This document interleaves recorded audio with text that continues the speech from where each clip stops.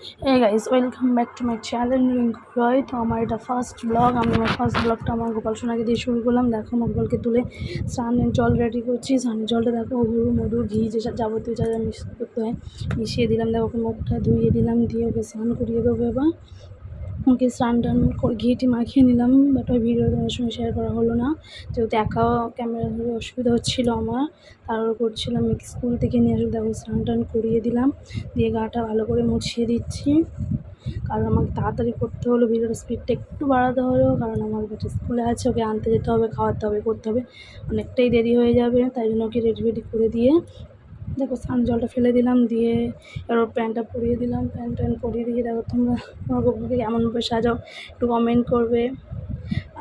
এটা আমার first blog, যদি কোনো অসুবিধা হয় তো প্লিজ, তার জন্য সরি।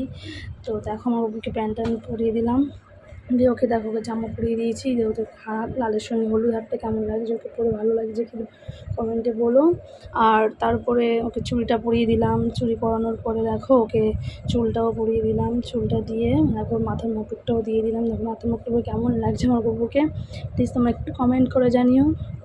ভালো লাগলে শেয়ার, লাইক, কমেন্ট, শেয়ারটাও করো। দেখো ওকে চন্দন টন্দন করিয়ে দিলাম, দিয়ে এবার ওকে দেখো ওকে খেতে দিয়ে দিয়েছি। সব ঠাকুরকে মালা দিয়ে, আমার কার্তিক আছে, মা লক্ষ্মী, বজরঙ্গবলী, মহাদেব, সবাইকে দিয়ে দিলাম। দেখো গপুকে কেমন লাগছে দেখো, প্রসাদে দিয়েছিলাম আম, গাজরের সন্দেশ, অনেক কিছুই দিয়ে কেমন লাগে।